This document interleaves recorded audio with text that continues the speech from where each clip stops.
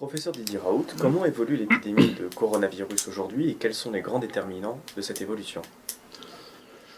Bien, je crois que dans un premier temps, il faut essayer de comprendre ce qu'est un virus, malheureusement, la plupart des gens qui ont eu en charge cette maladie dans les pays occidentaux n'ont pas bien compris, c'est que ce n'est pas un objet inanimé contre lequel on luttait comme dans un jeu vidéo.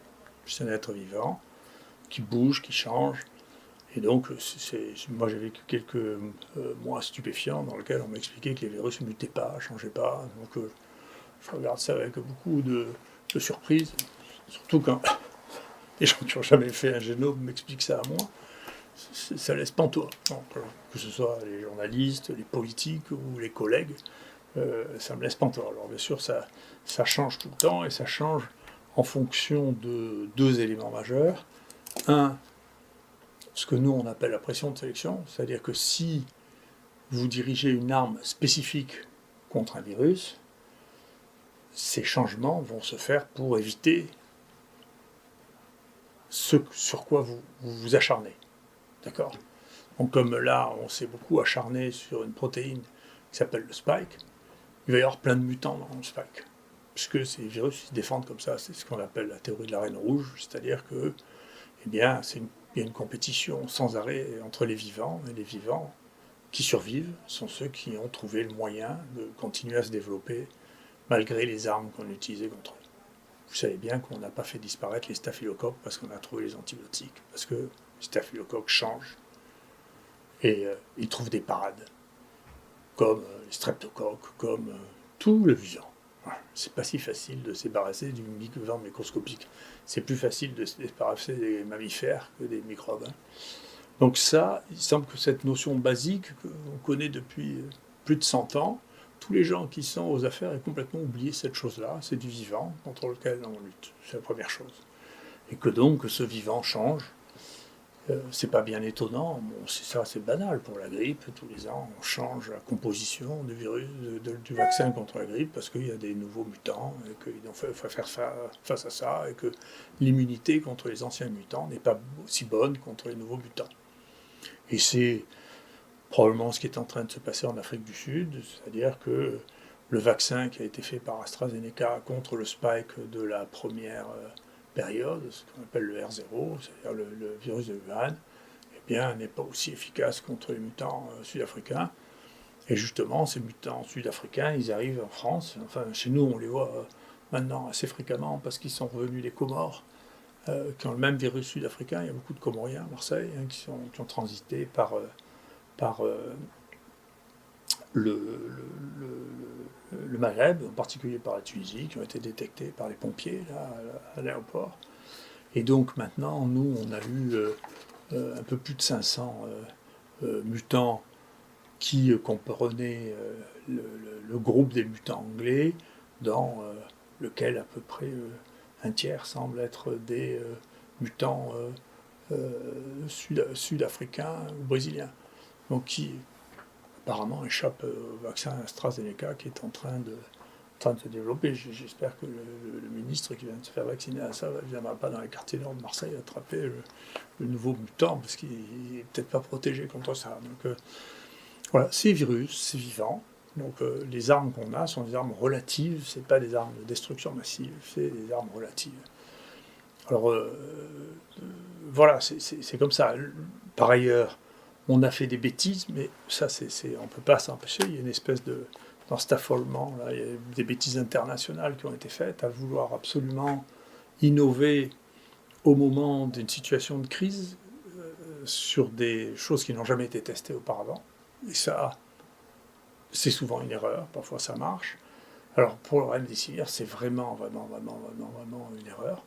Je suis surpris d'ailleurs que le groupe qui dirige la recherche et les conseils dans ce pays soit encore à nous donner des conseils, alors qu'il y a une succession d'erreurs absolument incroyables, dont cette obstination à faire de remdesivir qui manifestement a complètement infiltré la décision dans les pays occidentaux, en particulier la France. Je suis d'accord avec ma compatriote Ségolène Royal qu'il faudra bien à un moment que l'État et l'Europe fassent une enquête sur ce qui s'est passé avec le remdesivir, parce qu'on sait depuis très longtemps que ça ne marche pas. ça marche pas. On en a acheté pour des milliards alors qu'on savait que ça marchait pas. On l'a distribué alors qu'on savait que ça marchait pas. Et non seulement ça marche pas, mais en plus de ça, bien sûr, il y a des complications au moins liées aux perfusions. Et en plus, c'est un médicament qui entraîne des surmutations chez les patients qui en reçoivent et qui sont porteurs du virus pendant un certain temps. Donc, si vous voulez avoir des mutants, il faut avoir le virus qui se développe très très rapidement, ce qui a probablement été le cas dans les épidémies de vison. 2, une pression de sélection, c'est-à-dire si vous mettez des anticorps ou de la vaccination spécifiquement sur une seule protéine, vous aurez des mutations dans cette protéine, c'est ce qui se passe à peu près tout le temps. 3, si vous utilisez un médicament qui favorise les mutations, ce qui est le cas du Remdesivir, ça favorise, c'est un agent mutagène, ça favorise les mutations. Et par exemple, nous, alors à Marseille, on était très très avares de Remdesivir, peut-être à cause de moi, mais en tout, il n'y a eu que 3 malades qui ont reçu le Remdesivir. Dans un des malades qui a été porteur. Il y en a 2 qui sont morts trop tôt, on n'a pas pu, on ne les a pas sauvés. Et puis le 3e qui est mort un peu plus tard, mais qui a été porteur pendant un certain temps parce qu'il était immunodéprimé. Et donc on a séquencé en fin de traitement par rapport au dit traitement, il y a au moins 10 mutations qui sont apparues sous l'association Remdesivir plus anticorps injectés, au moins 10 mutations qui sont apparues. Donc c'est la même chose qui a été publiée dans le New England, c'est des choses qui commencent à sortir maintenant. Il y a encore 2 autres papiers qui sont sortis. Ce médicament, chez les gens qui sont immunodéprimés, entraîne la sélection et la création de mutants dont on ne sait pas ce qu'ils vont devenir, parce qu'y compris, ils ont des mutations à la spike, ils ont des mutations dont on sait qu'ils sont associés avec la résistance. Donc c'est vraiment faire l'apprenti sorcier que d'utiliser les médicaments qu'on ne connaît pas, dans des indications qu'on ne connaît pas, et de ne pas prendre la fermeté nécessaire pour arrêter quand ça ne marche pas. Donc cette utilisation persistante, persévérante, en particulier dans ce pays du Remdesivir, est une faute. Comment est-ce que la France se positionne en termes de qualité de la réponse à l'épidémie ? À peu près, moi je suis gêné, c'est parce que je ne me sens pas concerné à titre personnel, parce que ma nature, c'est pas d'être le dernier de la classe, mais globalement, pour toutes les décisions stratégiques qui ont été prises concernant le virus, on a à chaque fois été les derniers. Donc au bout d'un moment, à mon sens, il faut y avoir vraiment une réflexion, remettre les choses à plat. Mais on a été derniers à faire des tests systématiques en disant non, il n'y a que 2 petits centres qui vont faire quelques dizaines, on ne va pas le faire pour les autres. On a pris des mois pour pouvoir se mettre à niveau. Brutalement, les gens sont mis à se rendre compte que ça servait de faire des génomes. Bien sûr, ça sert de faire des génomes. Pourquoi ça sert de faire des génomes ? Pas pour n'importe quoi. Enfin, bien que la curiosité soit importante. Mais si vous voulez trouver des variants différents qui vont avoir des cibles différentes pour le vaccin, vous êtes obligé de faire ça. Si vous avez des échecs thérapeutiques, comme il y a eu des échecs thérapeutiques avec le Remdesivir. Nous, on ne les a pas eu parce qu'on ne faisait pas le Remdesivir. Mais il y a eu des échecs thérapeutitions, je ne sais pas, même Karine Lacombe, j'ai vu que elle avait fait, comme Yazdan Perdai, ils ont fait des études sans comparaison du tout. Donc nous, ils nous ont dit que nos comparaisons, ça ne valait pas la randomisation, mais au moins on comparait des malades qui n'étaient pas traités, des malades qui n'étaient pas traités. Eux, ils ont fait des publications sans les comparer à rien du tout. Et en plus, ils n'ont pas analysé les virus qui restaient à la fin du traitement. Et ces virus qui restaient à la fin du traitement, il faut absolument les analyser, parce que les virus qui résistent au traitement, il y a une raison pour laquelle ils résistent au traitement. Et ils résistent au traitement très souvent parce qu'ils présentent des mutations. Et on sait que aussi bien le Remdesivir que les anticorps obtenus par plasmaphérèse sélectionnent et entraînent des mutations. Et ce travail n'a pas été fait. C'est un travail, ça manque de science, tout ça. On s'excite sur la méthodologie, mais c'est la science basique qui manque dans ce pays. Donc, on a fait des essais sans regarder quelles étaient les conséquences des essais, en particulier sur les virus. Ensuite, on n'a pas fait de génome, et quand j'ai commencé à faire des génomes pendant l'été, où on était les seuls à le faire, les gens disaient ça ne sert à rien, il n'y a pas de mutants. Et donc on est arrivé par constater, c'est bien, je suis content que le président ait saisi cette occasion pour remettre les choses, mais vous voyez, ça c'est le nombre de génomes qui a été fait en fonction du nombre de cas dans le monde. Donc vous voyez que ça c'est l'Europe, dans laquelle il y a une dispersion qui est quand même assez spectaculaire. D'accord ? Nous, on n'a pas honte, on fait partie des gens qui ont fait le plus de génomes par mort du monde. On fait partie des 3 ou 4 premiers.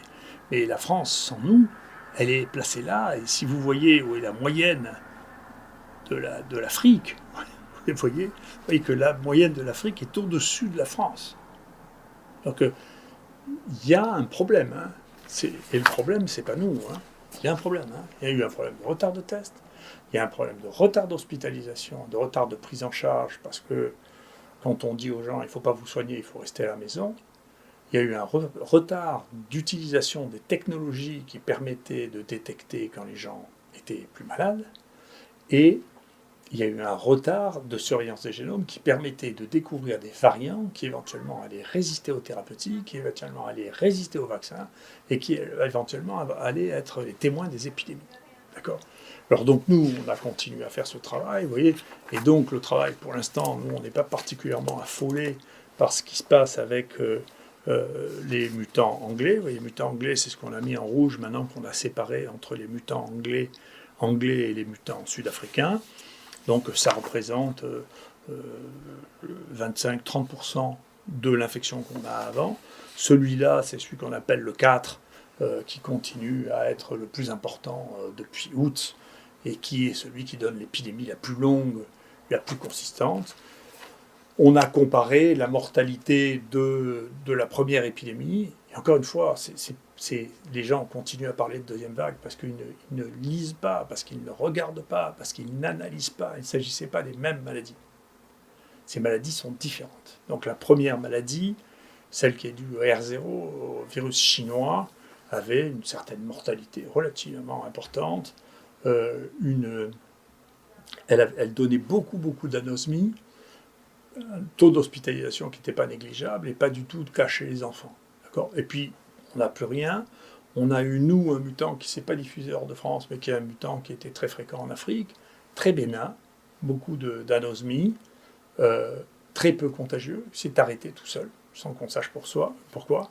Ensuite, on a eu le 4. Le 4 a une sévérité un peu moindre que le R0, mais une épidémiologie complètement différente, puisqu'il s'étale maintenant depuis 5 mois, alors que le premier a duré 1 mois et demi, avec une courbe en cloche. Il n'y a pas du tout une courbe en cloche, et il s'étale dans le temps, c'est pas du tout quand il va s'arrêter. Un tableau clinique qui ressemblait au R0, mais pas au 1. Et puis maintenant, l'anglais et le sud-africain, pour lequel on a maintenant à peu près 300 cas chez qui on a analysé les données cliniques, pour lequel on montre que c'est un peu... La sévérité, pour l'instant, est de même nature. La contagiosité ne nous paraît pas plus grande. On n'a pas une extension très significative du nombre de cas par rapport au 4, qui reste notre virus dominant. Et cliniquement, c'est différent. Il y a moins d'anosmie et d'agueusie et plus de tout. D'accord ? C'est des maladies différentes, avec des épidémiologies différentes, mais si vous ne regardez pas, et si vous jouez dans des jeux vidéo, vous dites « Ah, Covid-19 », et puis c'est une entité unique qui donne la même maladie, avec les mêmes risques, c'est pas la peine de faire le génome, c'est comme ça. Et donc, encore une fois, les opinions sur les plateaux télé, ça ne remplace pas la science. Hein. La science, c'est du travail, c'est de la connaissance. Nous, des tests, on en a fait 500 000 maintenant. On a traité ici en ambulatoire 11 000 malades, on va voir, c'est la plus grande série mondiale. On a traité en hospitalisation 2500 malades, là aussi, c'est une des plus grandes séries mondiales. Vous verrez les résultats, on a les résultats de mortalité parmi les plus bas du monde pour ce qui est de la prise en charge. Nous, on n'est pas dernier de la classe. Mais globalement, si on regarde sur toutes les données, alors l'Europe, globalement, a mal géré le problème. C'est comme ça, en particulier parce que l'Europe croit trop à la magie, elle croit trop qu'on va trouver à chaque fois une solution technique, scientifique, nouvelle à un problème de prise en charge médicale. Or, la prise en charge médicale, c'est essentiel. Il n'y aura pas de baguette magique. Il n'y en a pas eu depuis bien longtemps. C'est pareil, on verra bien ce que donnera le vaccin. Le vaccin peut aider. Il peut permettre de diminuer le nombre de cas, en particulier quand les virus qui circulent sont ceux qui sont ciblés par le vaccin, mais ça ne va pas arrêter les choses du jour au lendemain. Donc il va falloir revenir sur Terre et prendre les gens en charge. Quels sont les grands risques auxquels il faut être prêt à faire face aujourd'hui ? Alors moi je trouve, alors c'est pour vous donner une note d'optimisme, vous voyez, parce que j'ai une nature optimiste parce que les chiffres m'intéressent dans les deux sens. Globalement, quand on voit, si vous voulez, la manière absolument étonnante dont a été gérée cette crise, avec le nombre d'erreurs qui ont pu être faites, qui est absolument invraisemblable, et qu'on voit le bilan des comptes, on se rend compte que ce n'est pas une maladie très grave. Voilà. En pratique, si vous voulez, quand même, tu regardes jusqu'à 65 ans, il y a eu moins de morts en 2020 qu'en 2019. Ça, c'est des vrais chiffres. Parce que les chiffres, quand ils vous disent « Ah, mais tant de gens qui sont morts du Covid, nous, je sais bien, des gens qui sont morts du Covid chez nous, il y avait quelqu'un qui est toxicomane, qui a fait une fausse route, il y a quelqu'un qui est mort d'une appendicite, il y a quelqu'un qui est mort d'une rupture d'anévrisme, et qui avait du Covid dans la gorge. » Mais le Covid dans la gorge, nous, quand on testait les asymptomatiques, à ce moment-là, il y en avait entre 6 et 8%. Donc la relation de cause à effet avec le fait d'avoir un Covid et le fait de mourir à l'hôpital, il faut l'établir. Il faut qu'il meure de quelque chose qui a à voir avec le Covid. Parce qu'il y a des tas de gens qui sont morts de n'importe quoi et qui n'avaient pas le Covid. Comme en plus de ça, on est passé d'une restriction absolue du nombre de tests à une génération du nombre de tests qui ont été faits dans la panique, comme d'habitude. C'est-à-dire, on n'a pas évalué les tests. On fait des tests de PCR qui sont faux, qui rendent des faux positifs. Il y a des gens qui rendent à 44 alors qu'on sait qu'après 35, ça ne veut rien dire. Nous, les tests qu'on a réévalués, il y en a 20 à 40% qui étaient faux. Les tests qui sont recommandés sur le marché, ils n'ont été testés par personne. Nous, les tests sur la salive, on s'est rendu compte qu'il y avait 30% de faux négatifs. Donc, les tests qui ont été faits, on ne sait pas ce qu'ils veulent dire. Les déclarations qui sont faites de mort de Covid, on ne sait pas ce que ça veut dire, parce que la causalité, c'est-à-dire le lien entre le fait qu'il y ait un test qui est plus ou moins réaliste avec le fait que quelqu'un meurt, c'est quelque chose. Mais en revanche, il y a une donnée sur laquelle on peut travailler, c'est les données sur lesquelles on travaille depuis des années, c'est la surmortalité par rapport aux années précédentes. Donc cette surmortalité, si on ne fait pas du catastrophisme, comme la presse adore le faire, et qu'on la tempère par l'âge, c'est-à-dire en pourcentage de gens morts dans une tranche d'âge, ce que l'on constate, c'est qu'il y a surtout une augmentation des morts chez les gens de plus de 75 ans. Et donc, il faut s'occuper des gens, il faut les prendre en charge le plus tôt possible, parce que quand on les prend en charge le plus tôt possible, ils ne meurent pas, on soigne. Et les sujets âgés, il faut avoir une véritable politique sur les sujets âgés. Il est temps de tester, comme nous on l'a fait, comme on n'a plus le droit de le faire, les thérapeutiques chez les gens en EHPAD. Parce que là, il y a 28% de morts. D'accord ? Mais tout bien considéré, et en dépit du fait que, honnêtement, la gestion aurait été pu être plus fonctionnelle, la perte d'espérance de vie, nous, dans tout le CHU de Marseille, pas que l'IHU, des gens qui sont morts, c'est 3 ans. D'accord ? Donc, pour revenir sur les trottinettes, parce que je sais que ça excite beaucoup les gens que je parle de trottinettes, si vous avez un accident de trottinette à 20 ans, vous perdez 60 ans d'espérance de vie. C'est-à-dire 20 morts en Covid. D'accord ? Donc, bien sûr que c'est une maladie importante dont il faut s'occuper, mais en même temps, il faut remettre les choses en perspective. C'est pas la fin du monde qui est en train d'arriver. Donc il ne faut pas ruiner le pays, rendre les gens fous, parce qu'il y a une surmortalité chez les gens de plus de 75 ans. Il faut s'en occuper pragmatiquement, sans affolement, et voilà, vivre avec le fait qu'on est sur quelque chose, vous n'avez pas le contrôler demain. Peut-être que ça va s'arrêter du jour au lendemain, on ne sait rien du tout, personne ne peut prédire rien du tout. Voilà. Et donc il faut revenir à des règles de fonctionnement simples, sans affolement, et si possible, sans